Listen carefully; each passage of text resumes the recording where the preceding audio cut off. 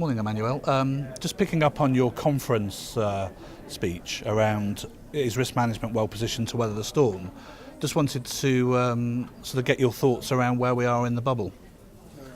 Indeed, so you are now immediately referring to a bubble, and indeed that's one of my biggest concern is that we are creating a new bubble to compensate the previous one. Right.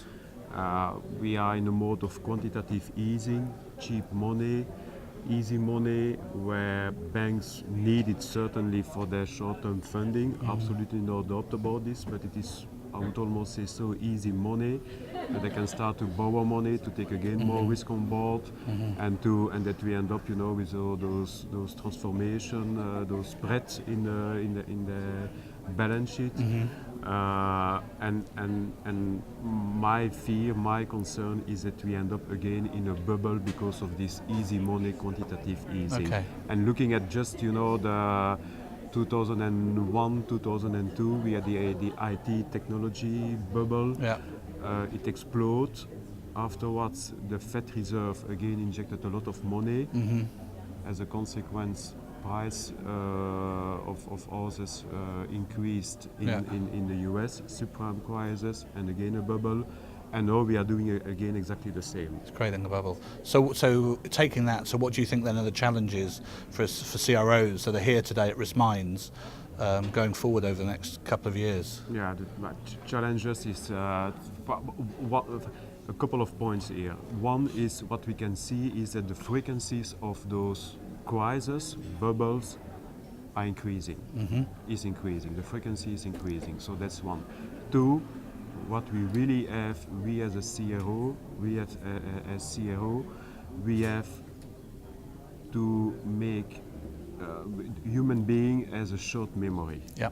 And that's one where we our role is to make sure to remind the CEO, senior management of within insurance company or in the financial sector that it only happens 4 years ago, 5 years ago, or 10 years ago. Yeah. So it's the short memory where we have to make sure that because also of as a consequence of the quantitative easing, low interest rate, we are seeking for yield, which is normal, seeking for yield.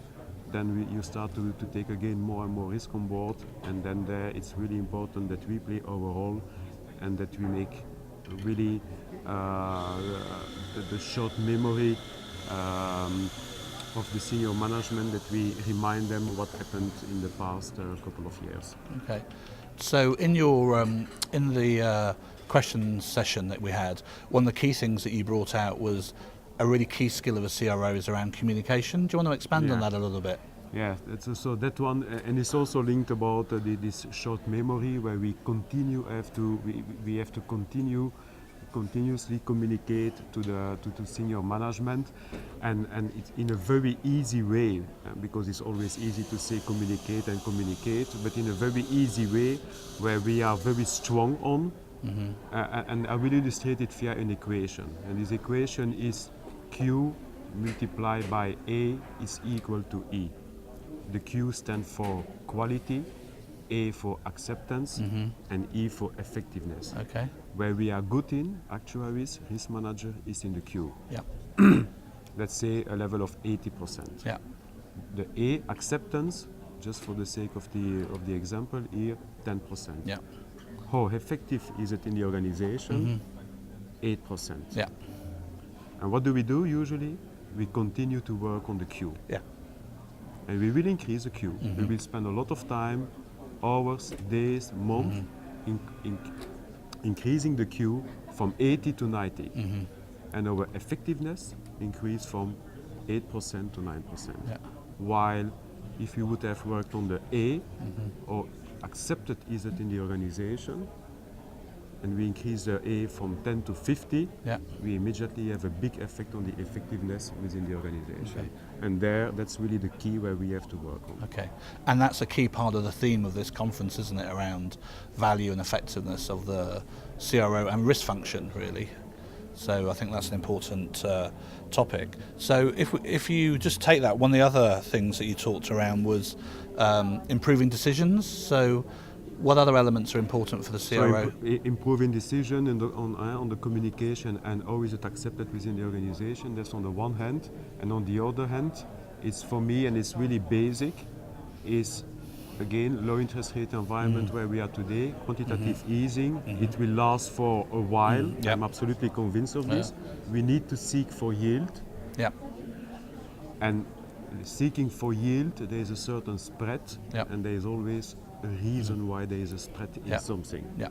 And it can be good reason, bad reason, but for me, the main important is really to understand the reason why there is a spread. Okay. It's really to understand the assets or the liability that you are taking on your books. It's really to understand the terms and conditions of the contract and to see whether there is a certain hidden sentence somewhere that can explain the spread that you have on certain instrument. Okay, that's very good. What if we think about what the Swiss Re economist brought up was turnaround? If we're thinking about this low growth going forward, so what do you think are the other elements of the challenge for you in your role? It's indeed low interest rate environment, inflation. We all expect at a certain point in time inflation, but also for the next 2 to 3 years, I don't see any inflation because the growth is very low. But then combine the low interest rate environment, what is really the target operating model for an insurance company? Yeah. It's about long-term saving guarantees product. Yeah.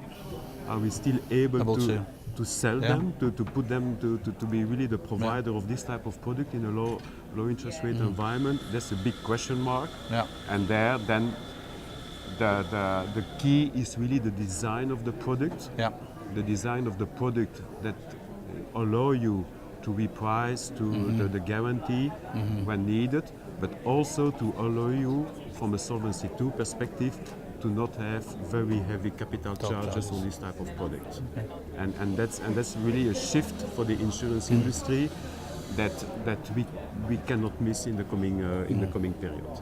So there's a real focus there on the business model in the future, and also being competitive against other providers like banks and asset managers who can provide savings and investment products. Yeah, because indeed the trade-off is, what do we do? Do we go purely on P&C or on a term type of product, the biometric type of product? Yes, we have to do this much more than what we have done in the last 10 years.